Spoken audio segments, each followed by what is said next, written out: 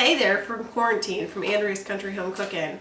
I wanted to talk to you guys a couple minutes about food, just because with everything going on right now and the virus, groceries are scarce in some areas, and I just want to give you some pointers on how you can make your foods last longer. I'm going to start with fruits and vegetables. So I have potatoes here. Now downstairs we have a wine cellar, coal cellar. Our house was built in the mid-1900s, so we are blessed with a basement that has the coal cellar and the wine cellar in a dark area to store this kind of stuff. If you don't have dark areas down in your basement, if your house is pretty new, you can always store it in a cabinet. As long as it's dark and it's not getting sunlight and it's a dry area, your fruits and vegetables should do pretty good. Now my potatoes, I just put in like a foil pan and I stick them down on the shelf in my wine cellar, and these have been down here for 3 weeks and they still look pretty new. I also have my onions down there too, but I don't store them close together because they will use each other and they will grow like mold and stuff. So don't put your onions and potatoes together. That's like a really big no-no. Fruits and veggies I don't really keep down there because we go through a lot of fruits and vegetables a lot. But for my fruits and vegetables, I keep them in our refrigerator most of the time, unless I'm canning and I buy apples. I will put apples down in a big basket just to keep them cool. But for the most part, we go through fruits and veggies pretty fast. So I keep them in my crisp jar, but I line it with a paper towel. That helps the moisture, and if something happens to go bad quickly, the paper towel is going to clean it up. So just line 2 paper towels on the bottom of a crisp jar for any fruits and vegetables. Grapes, I don't wash, I just store them in a locked container. That really helps them to last longer too. That's a huge pointer, is don't wash your produce unless you're going to eat them within like a day or two, because they will mold a lot faster. Next, we are going to do celery and broccoli, stuff that's kind of hard to find right now, and me with my lifestyle change, I ate a lot of fruits and vegetables. So what I do is I wrap it in foil. Now the celery, we bought 3 weeks ago. Came home, I cut off the end, I didn't rinse it off, and I put it directly in this foil, and it still looks like it's brand new. So you can do that, and it could be any kind of foil. It doesn't have to be heavy duty, whatever you have at home. And then broccoli is another thing, because I really like to roast these with carrots and peppers and stuff. And broccoli you also can put into foil. And these still look pretty nice for being 3 weeks old. So there you go. If you buy broccoli, you stock up, wrap it in foil, and it can last for weeks. Because I know like produce is kind of hit and miss right now. And I can't be without my vegetables or my fruit. So these are really good tips for you guys to help making your produce last longer. Next, another big concern is milk. Now, we buy 2% milk. You can freeze it if where you live, if milk is scarce. You can put it into keep it in the plastic jug, but dump out, like keep only 3/4 of the milk in there. So when you freeze it, it will expand, have room to expand, because if you just throw a full gallon of milk in there and you freeze it, it's probably going to explode and you're going to have a huge mess and you're really going to hate me. So make sure you dump some of that milk out so you have room for it to expand if you want to freeze it. I bought some organic milk. Now it is like $1 or $2 more. Now I bought this, all these groceries we bought middle of March. The date on here is April 30th. Organic milk lasts longer. So if you find organic milk, put it in an extra fridge or the fridge that you have, and this will last a lot longer than normal milk.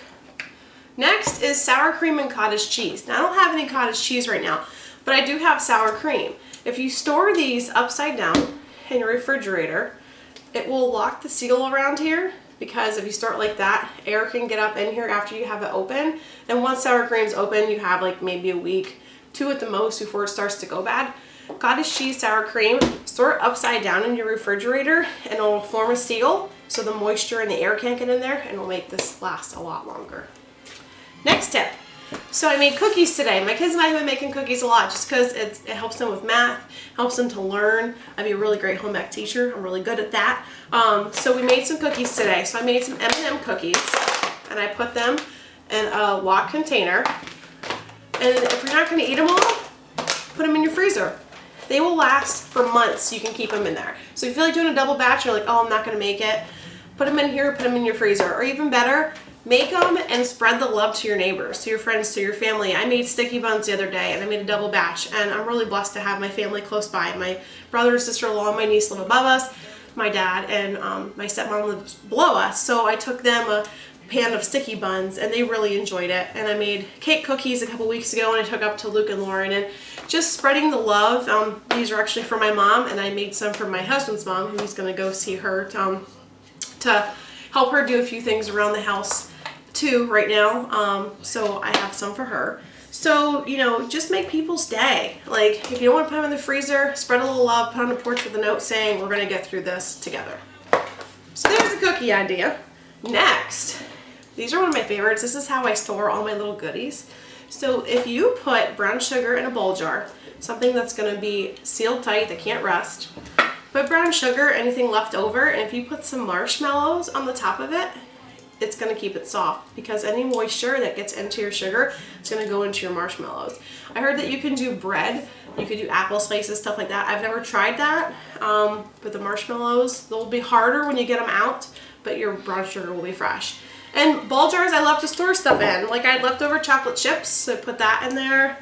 I had some M&Ms left over from my Energy Monster Balls. If anybody's seen that YouTube video, that's also on here too. But I put my extra M&Ms in here, so when I make more, they'll be nice and fresh. And also, like rice, oatmeal, anything you have sitting around that can get dried out that doesn't have a good seal on the box, use ball jars. These are great to have. Next is pancake syrup. Now, I know we really buy it by the bulk. My daughter especially loves pancakes in the morning. Sam's Club, you can buy 2 of these for like less than $8, so it's so much more inexpensive. But if you buy maple sugar, pancake syrup, whatever you enjoy, you can freeze this, and so it lasts longer. And the beauty of it is it's not really going to freeze because it has such a high sugar content. So all you do is pop it in there and it'll stay fresh. Now, we don't put ours in a refrigerator, we just kind of keep it out. But if I were to freeze it, I would downsize it into something. But my daughter, who's 6, is a sugar fiend, and we probably go through one of these within a couple months before it can even go bad. So next, bread. Bread is another thing that's scarce right now. One of the don'ts is definitely don't put it in your refrigerator. People think you put it in the fridge, it'll last longer. It won't. It makes it harder. The moisture gets in the bread. I always stored mine in my microwave, and people think I'm crazy. I grew up with my mom doing that. That's just what I know. Or if you have a bread box. But definitely keep it out. Don't put it in the fridge.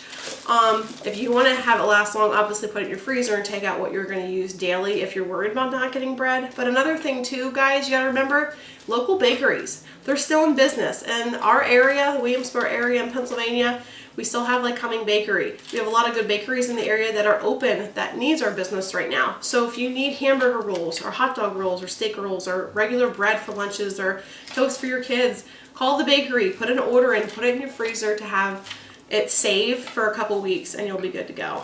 So that's all the tips I have for today.